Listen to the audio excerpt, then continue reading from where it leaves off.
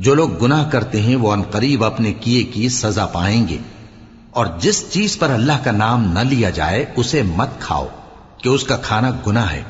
और शैतान लोग अपने रफीकों के दिलों में ये बात डालते हैं कि तुमसे झगड़ा करें, और अगर तुम लोग उनके कहे पर चले तो बेशक तुम भी मुशरिक हुए।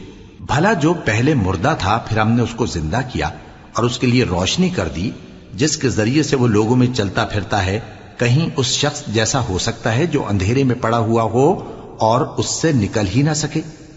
इसी तरह काफिर जो अमल कर रहे हैं वो उन्हें अच्छे मालूम होते हैं। और इसी तरह हमने हर बस्ती में बड़े बड़े मुजरिमों को मौका दिया कि उसमें मक्कारियां करते रहें, और जो मक्कारियां ये करते हैं उनका नुकसान इन्हीं को है और इससे बेखबर हैं। और जब उनके पास कोई आयत आती है तो कहते हैं कि जिस तरह की रिसालत अल्लाह के पैगंबरों को मिली है, जब तक उसी तरह की रिसालत हमको